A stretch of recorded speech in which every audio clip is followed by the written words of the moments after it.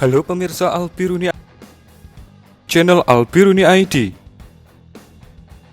Pada hari Kamis, 5 Januari kemarin, telah terbang perdana prototipe ketiga jet tempur twin engine KF-21 Boramae yang mencitrakan bahwa roadmap pengembangan jet tempur Korea Selatan dan Indonesia ini berjalan sesuai jadwal. Prototipe ketiga KF-21 terbang selama 37 menit setelah lepas landas dari Air Force 3rd Flying Training Wing di Sacheon, sekitar 300 km selatan Seoul. Berbeda dengan prototipe sebelumnya, prototipe ketiga ini dilengkapi dengan teknologi yang diperlukan untuk tes kecepatan dan bobot pesawat tempur. Defense Acquisition Program Administration atau DAPA, selaku lembaga pengadaan alutsista di Korea Selatan, menyebutkan bahwa tes tersebut merupakan jalan bagi uji tambahan untuk mengukur kemampuan jet tempur. Prototipe pertama melakukan penerbangan perdana pada 19 Juli 2022. Kemudian, prototipe kedua melakukan penerbangan perdana pada 10 November 2022.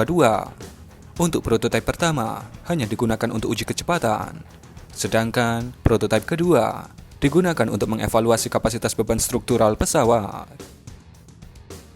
DAPA mengatakan bahwa mereka bermaksud untuk mulai menguji 3 prototipe lagi secara bertahap selama paruh pertama tahun ini, dengan total 2.000 tes yang direncanakan sampai Februari 2026. DAPA mengatakan bahwa KF-21 merupakan pesawat tempur pertama yang diproduksi dengan menggunakan teknologi lokal, menunjukkan kemampuan Korea Selatan dalam memproduksi jet tempur secara mandiri. Selain itu, hal ini akan berfungsi sebagai batu loncatan untuk meningkatkan jet tempur dan menggunakan senjata yang diproduksi secara lokal. Meskipun hanya 65% dari komponen KF-21 yang dibuat di Korea Selatan, uji terbang prototipe merupakan pencapaian penting bagi negara dengan sejarah produksi pesawat yang singkat. Amerika Serikat, Rusia, China, Jepang, Prancis, Swedia, dan aliansi 4 negara Eropa, yaitu Inggris, Jerman, Italia, dan Spanyol, adalah satu-satunya negara lain yang telah memproduksi dan menerbangkan jet tempur supersonik canggihnya sendiri.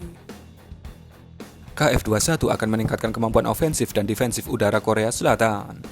Mengingat kondisi jet tempur Angkatan Udara Korea Selatan yang sudah tua, KF-21 dapat mudah mengungguli inventori jet tempur Korea Selatan. Di masa depan, Angkatan Udara Korea Selatan akan mengandalkan kombinasi jet tempur campuran, yakni F-35A Lightning II untuk operasi penyerangan dan KF-21 Boramae untuk operasi pertahanan udara. Kantor berita Yonhap melaporkan, Seoul berencana untuk menguji jet tempur KF-21 dengan kecepatan supersonik bulan ini jika cuaca memungkinkan.